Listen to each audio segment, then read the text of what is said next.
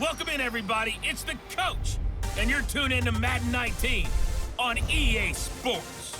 Up next, we've got what should be a great matchup between the Philadelphia Eagles and the New England Patriots.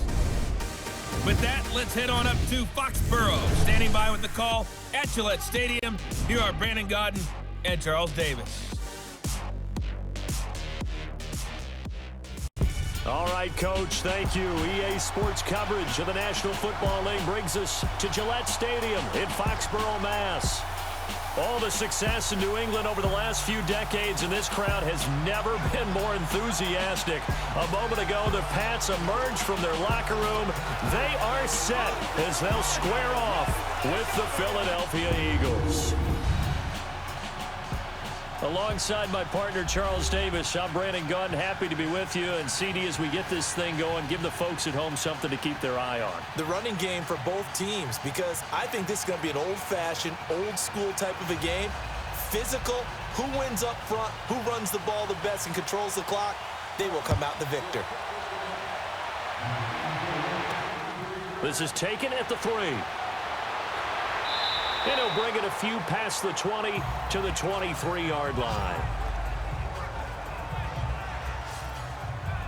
New England set to get the ball, and here comes the only man with 6 Super Bowl titles. Did it in his record 9th Super Bowl appearance. Now, he'd set passing records in the previous 2 Super Bowls, Charles, against the Falcons and the Eagles. 505 against the Eagles. Not as explosive this time, but it doesn't matter. He found a way. He cared not a whit about the 505 against the Eagles because they didn't come away with the Super Bowl trophy. 262 yards, 21 of 35 throwing, no touchdown passes, 1 interception. He thought that game was darn near perfection because they paraded off with the Lombardi trophy. He is now 30-10 in the playoffs. That's pretty good. And he's already said 0% chance that he's retiring. But you saw him in the post game when he was interviewed, and they kind of, hinted about that. And they said, "What is your motivation for coming back?" He said, This right here. And he looked at him like, what else would there be? He's all about winning. There was only one man who scored a touchdown in Super Bowl 53, and of course it was that man we just saw, Sony Michel. How about him turning it on in the postseason of his rookie year? Because in the 16-game regular season, he didn't play in all 16 now. He did have 6 touchdowns, which is pretty darn good. But he added 6 more touchdown runs in the Patriots' 3 playoff wins. That's pretty significant as well. On play action, it's Brady. Incomplete. Rodney McLeod that time able to knock it away. And let's give you a look here at the New England offense. Let's be honest, about everyone in the NFL competes, but Julian Edelman, he really competes. Transitioned from a college quarterback to a slot receiver in the NFL, and he thinks that no one can cover him just by sheer force of will. An early test, 2 plays in. This is 3rd and 2.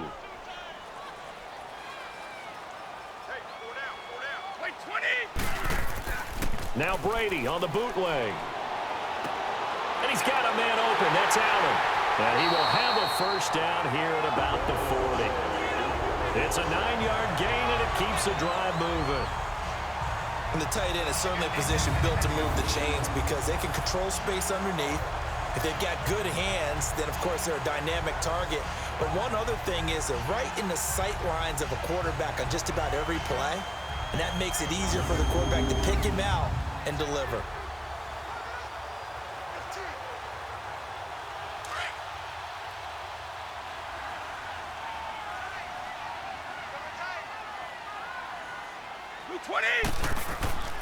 Now a first down carry. It's Michel. And he'll lose yardage on the play back at the 37-yard line. A loss of a full 3 yards, and now it's 2nd down. I know when I was a kid, I always got real excited when I saw those lateral-type runs.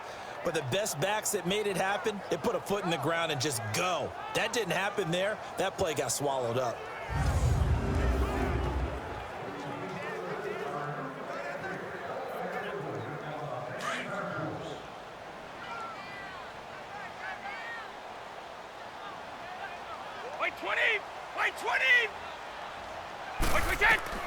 On 2nd down, here's Brady. And this is caught.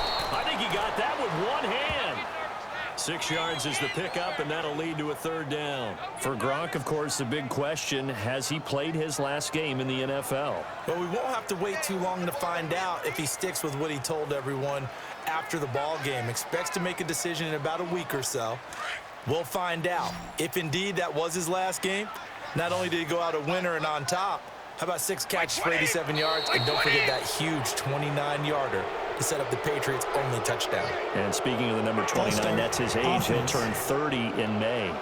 So that'll back him up 5. Still third down.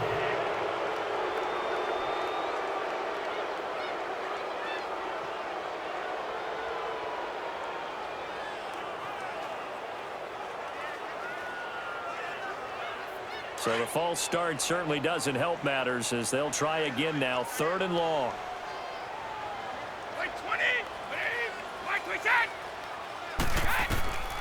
Working from the gun, it's Brady. And this is going to be incomplete. Well, no second guessing the call here. It was 3rd and long, so throwing the football was probably the smart play to try and pick it up. But they don't get it, and now the defense goes off the field feeling pretty good about themselves, gaining some momentum as they force them into a likely punting situation. On 4th down on now is the lefty Ryan Allen to punt. And this is going to hit the goal line and continue on into the end zone for a touchback. Philadelphia's offense trots onto the field, and Charles, now that it's the offseason for them, you think about the quarterback position. Nick Foles in a losing effort against New Orleans, but a pretty good game despite the late interception. But what happens next year? Because you can't have both of those guys out there again. Yeah, it doesn't appear to be, right? You actually could by contract, but I think to do right by both of them, one of them will be gone, and I likely think it'll be Nick Foles. When we talked with the Eagles brass before their game against New Orleans, they did indicate that Carson Wentz will be their future. So I believe that's the direction that they will go. But how about Nick Foles' last appearance, if indeed it is, against New Orleans, against Drew Brees, and both of them went to the same high school, albeit about 10 years apart. Yeah, down in Austin, Texas, you're right. Brees graduated in 97, Nick Foles 07. Lawrence Guy able to bring him down.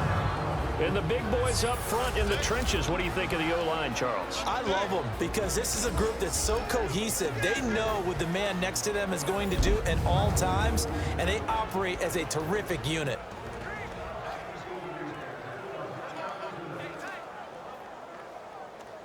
Here's a 2nd and 5 now from the 25.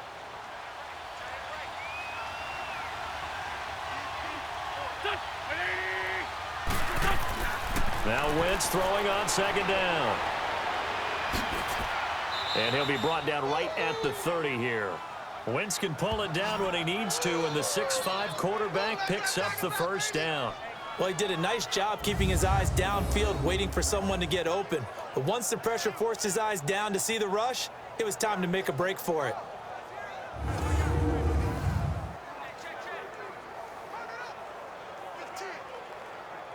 So 1st and 10 now from the 30.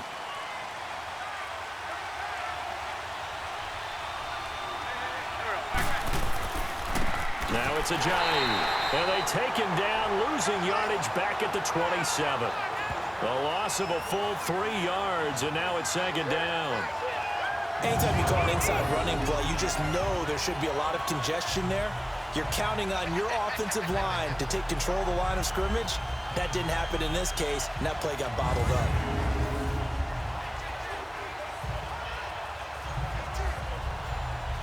Less than a minute to go here in a scoreless first quarter to this point.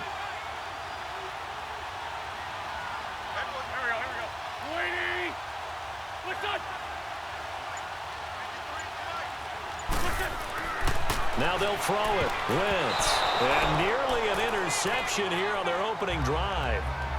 But instead, 3rd down. Let's check out the defense here for the Super Bowl champs. Of course, they held the Rams to just 3 points, tied for the fewest ever in a Super Bowl. And I'm going to pick out guys from every level. Trey Flowers, the defensive end, provided consistent pressure throughout the game.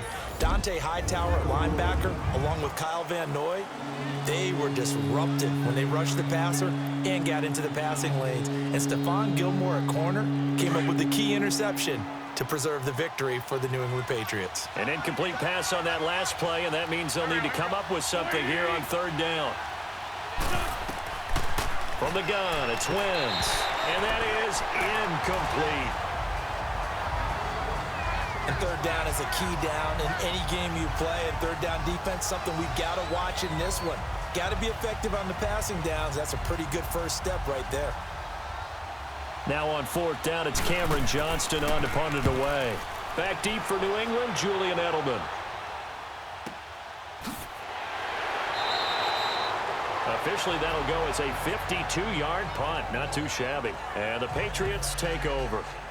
Well, CD, the NFL held its awards show the night before the Super Bowl, and as you and I had speculated the last few weeks, Patrick Mahomes, MVP Offensive Player of the Year, and for the second straight season, how about Aaron Donald, Defensive Player of the Year? Yeah, Donald was expected. We knew that was going to happen. Mahomes, we thought would happen. There was that school of thought that maybe Drew Brees might walk away with the MVP since he's never won one, but Mahomes a deserving winner. How about the Offensive Rookie of the Year? Saquon Barkley with the Giants. Many thought it might be Baker Mayfield with Cleveland. Yeah, Defensive Rookie of the Year, Darius Leonard of the Colts, and the Colts Comeback Player of the Year, Andrew Luck, and very deservedly so. I would say that for sure, and he beat out J.J. Watt, who also would have been a deserving winner.